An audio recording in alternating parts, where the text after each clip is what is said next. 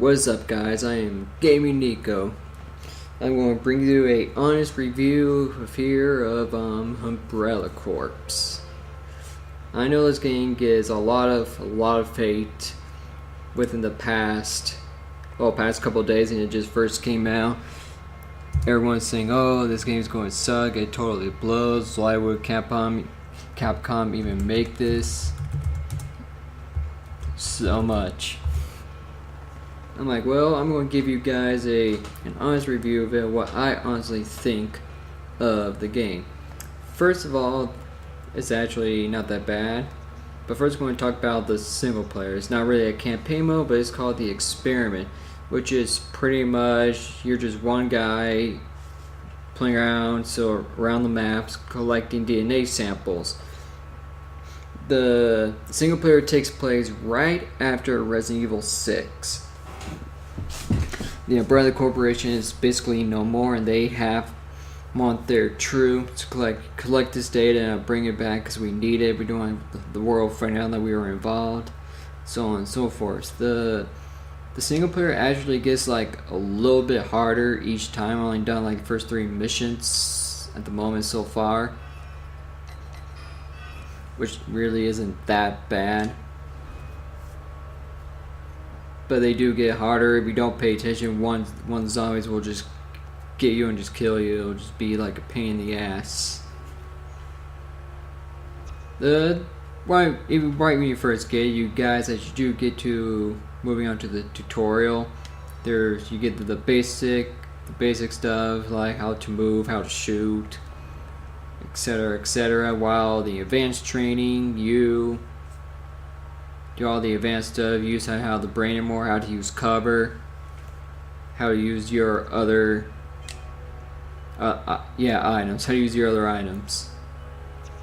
The online, which is this game is basically it's just online only. There is a thing called Team Match. Well, after it loads, that takes like a little bit. Okay, here we go. For me, I did pay like the extra $15 because you do get a little bit more stuff. I'll get to that in a second. There's really 3 challenges you can do. You take paddle and servers for your free matches, but if you do, you get no XP, no experience. Well, yeah, XP or your battle records. Same with plug-in matches. Plug-in matches, you just customize the match. Random people will join you. Friends, you basically do with friends. I think public match would be perfect if you do like doing clan battles or just random matches, random people for tournament. Rank, of course, you get more experience. But also, you only get 2 game modes, sort of. One life is basically just 3 rounds, 3 against 3. You kill a person, they don't respawn until the very next round. So you have to really work with your teammates well. And even after you die, it'll show the map where you die and switch between the different levels of the map, so you can use your monetary friends. Hey, they're over here on this side of the map. They're in the middle, in the top floor in the building, and so on and so forth. You do have a multi-mission. Is you have to win 3 rounds, and each round ends a new objective. Like the first round would be you gotta get up to like 15 kills first. After that round, you have to capture, hold this control point. Or third, collect this briefcase and hold it for the longest time.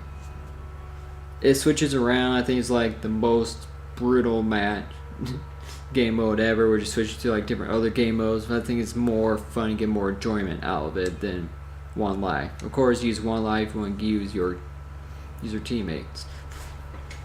Use and work together with your teammates. I mean.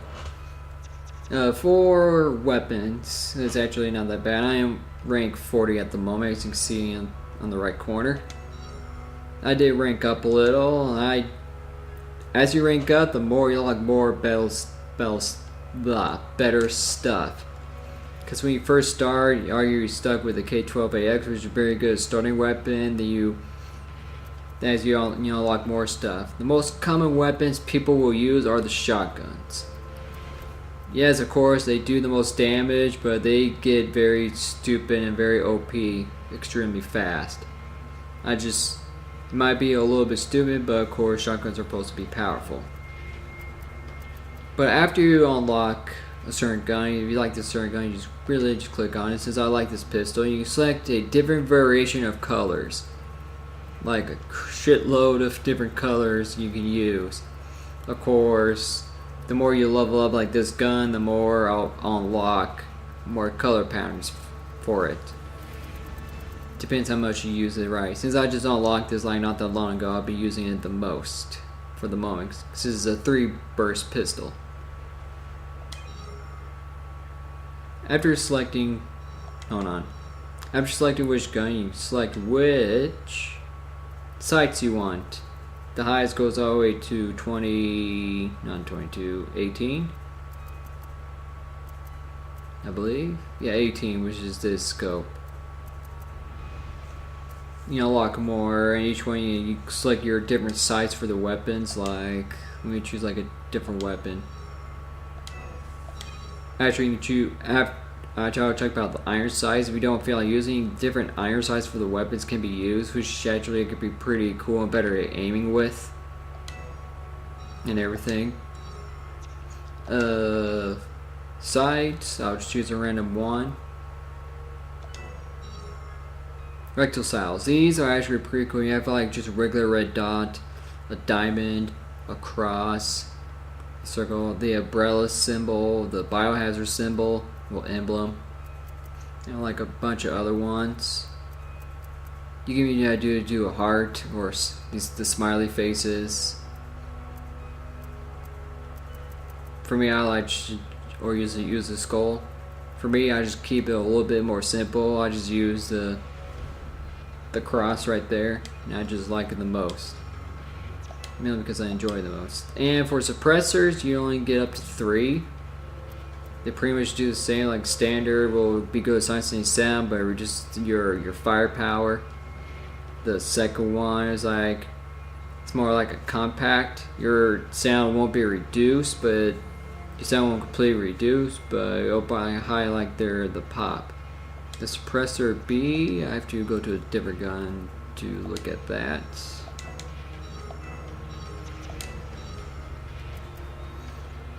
It's great at silencing, but reduces the firepower a lot.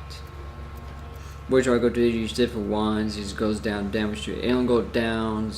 It reduces your damage only by like 1, and that's pretty much it. Haven't unlocked every single gun yet. I have 2 more. The next one I'll be unlocking is this one. I'm already 40, so I only got like 4 more levels left, and I will be fine.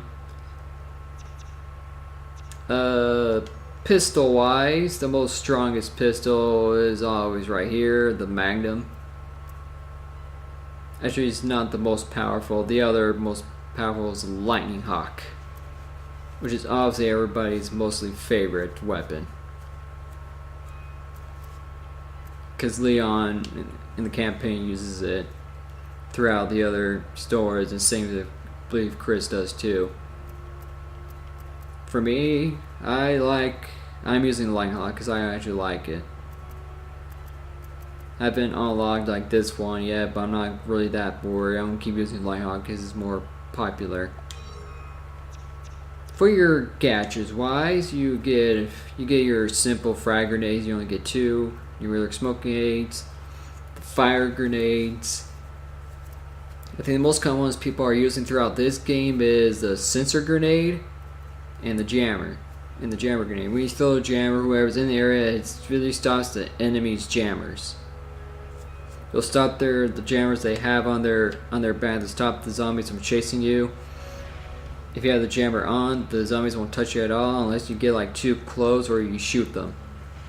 But you use a jammer and then boom, the zombies will just start attacking the person that has no jammer.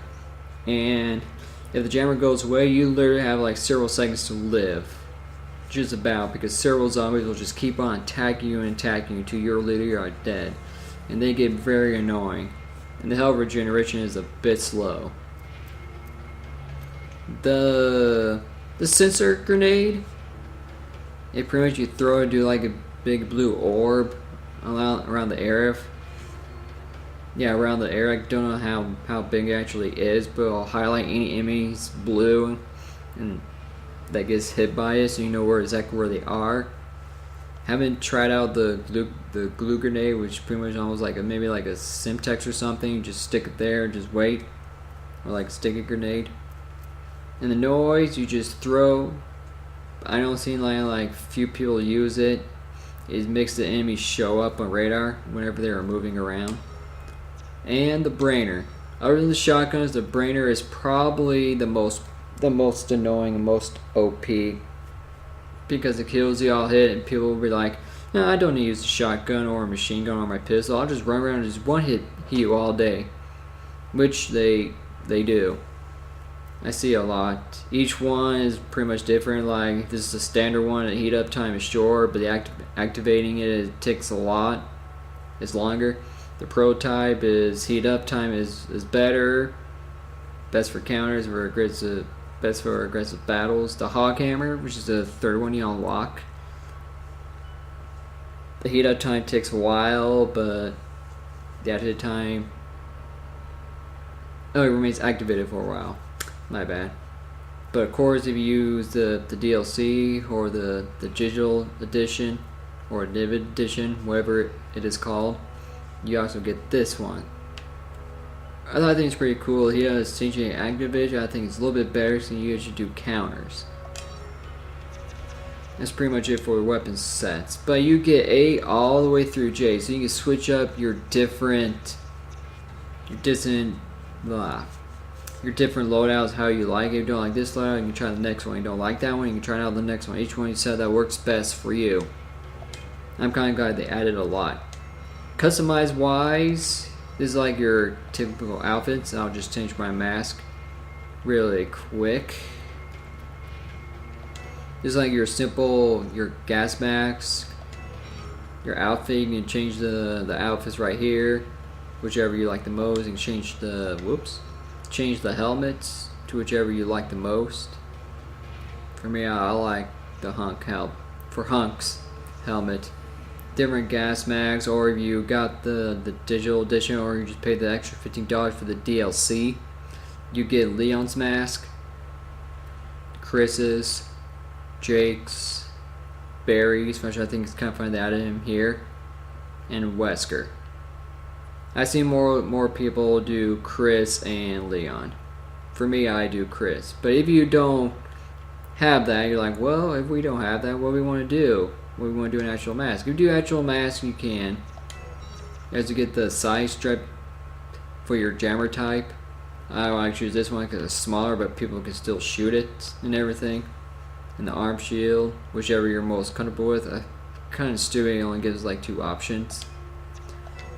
Color wise, you can change the helmet, your face, the side jammer, and the arm shield. You get out of 40 different colors. You just keep going till you really see a color that's perfect for you, all through 40. I didn't really mess with it, to be honest, because I don't think the colors are for me. I'd rather just keep it plain and simple. Actually, since I'm now going through these, some of these actually are pretty cool and different. Of course, I got to unlock more. For icon wise, or ICON-wise, basically your movements. You could say, like, you don't have a mic, you just press the directional pad, not the directional pad, the touch pad. You just click, okay, if I want to charge, you click charge. But if you click on it, you can tell them, oh, you can wait here, or take point, retreat, for your tactics. To make it easier for your enemies. Like, if you don't have a mic, it's like, go over here, stay there, or attack here. You have your different actions, you wave goodbye, wave hello, nod, refuse. You unlock more the more you level up your stupid emotions. That's people emotes. That's what they call it, stupid emotes. You have your good job, your nods, you have sounds, which I haven't really messed with these, to be honest, so I don't know, that'll be much of a surprise. Unique, have not really tried any of these, but I've seen some mostly in other gameplays, and they're pretty cool. I will have to admit that. Rules pretty simple: stick together, ambush, attack enemy target, etc., etc. Of course, there's different presets, which come in handy. Patches wise, if you don't choose the Chris mask or anything, or the Leon mask, you didn't decide, you get to change the 3 different things. 4. 3 of them are on the helmet, while the other is on the side, right here, on your arms.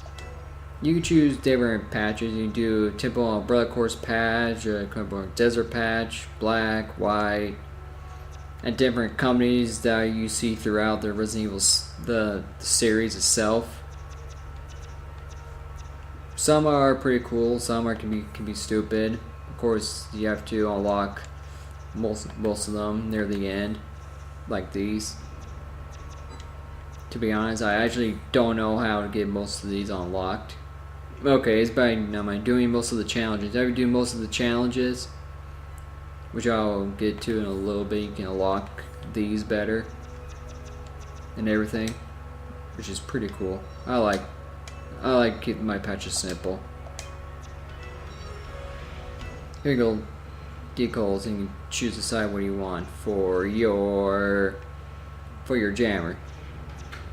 Put on a jammer, or put on your helmet, I believe. Yeah, you put on your mask or your jammer, which is ever more comfortable with. For me, I kept on my jammer. Career wise, you just show you what ranks you at, shows you how much your score is, how many wins or losses, how your accuracy is. Here's my one match ability. Rank, I'm 7,463.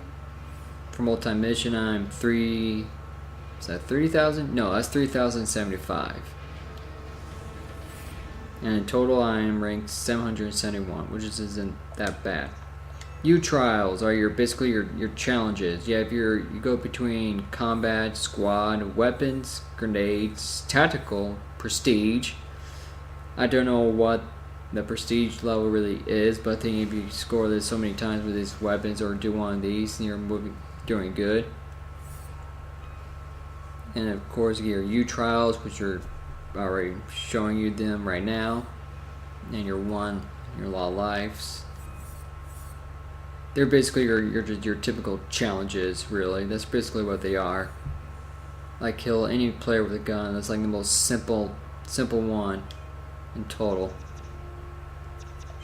And that's pretty much it for it. But gameplay wise, it's not that bad. It's pretty simple. This game is low budget, so you pretty much get what you pay for. It's only $30 in the PlayStation Store. The regular edition, which I recommend, just get the regular edition. I only want to pay like the extra $15, just get the mask and everything, well, the other mask and everything. It's pretty simple. The controls are a bit stupid, I would say, because here's like the typical setting, controls. I would say it's different. I don't necessarily like it, but I can't really argue with it because it's pretty simple. Most people are using L1 to zoom and R1 to shoot, but it's always switched with L2 and R2, which you can control if you different fire type. Oh, there we go. Okay, you can't really change them. How some people want it different, but okay, but that's how you would. The experiment, which is just the single player version, it's actually not that bad. It does get a little bit harder each level that goes by. It is a challenge, I'll admit that. I haven't experienced any bugs really or anything at all.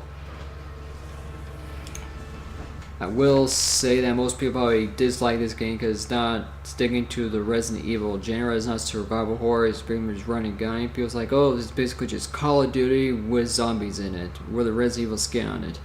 And no, it is nothing like Call of Duty. Okay, that's a lie. It's pretty, and it has a few like simple, and they can compare them like maybe a little bit, but not a whole lot, because Call of Duty series is too much repetitiveness, and this is different. This game is a spin-off from the Resident Evil series, just like Operation Raccoon City was. People said that was pretty bad. The game had a lot of bugs in, but this one, not so many bugs. This is basically a better version of Operation Raccoon City should have been. This game is actually pretty simple, and you play fun with friends. It's easy to level up, and it's really not that bad if you give it a shot. And it's only $30 in the PlayStation Store, so it's not $60, which I think is amazing. It's not $60. But with that being said, overall, it's not that bad. This game is definitely played with friends. I got it because I actually was excited for it. I actually like it personally, but other people probably will not. This game is not for your hardcore Resident Evil fans. You probably want to wait for Resident Evil 7 when it comes out on January 24 of this year coming up. But for those other fans, you're tired of how Resident Evil 5 and 6, where it's nothing really survival horror, just run and gun, almost like similar like this one is, and then you should pick it up. It's similar. This really was like some survival horror, and you do see some of the maps that play like that you monuments. He's like different monuments. Like one of the maps you can play in the police station from Resident Evil 2, or you play in the desert from Resident Evil 4. Like different areas with different games you get play in this game, which is pretty simple.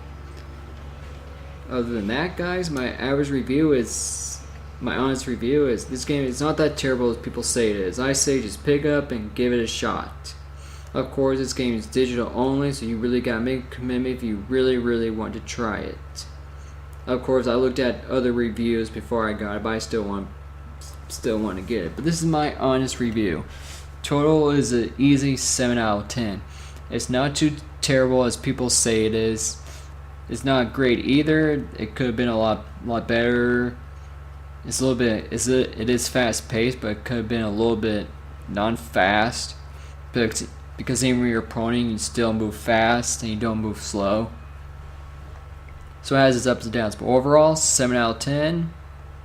I'll recommend to people that like fast-paced shooters. But if you're a hardcore Resident Evil fan, you could probably skip this one. But that's my review. Hope you guys like it and enjoy. I'm sorry there wasn't a video out yesterday. I was just I've been tired from work. I just didn't feel like doing a video because I would just be very exhausted. So with that being said, guys, there'll be another video out tomorrow. And everything, probably more gameplay if you're on Umbrella course. Please like, please subscribe, watch this all the way through the end. It helps out a lot. And as always, guys, game on and share with your friends. Take care, guys. It's gonna be in. You'd like fix one more thing. Alright, I'm good now, guys. Take care. I'll see you.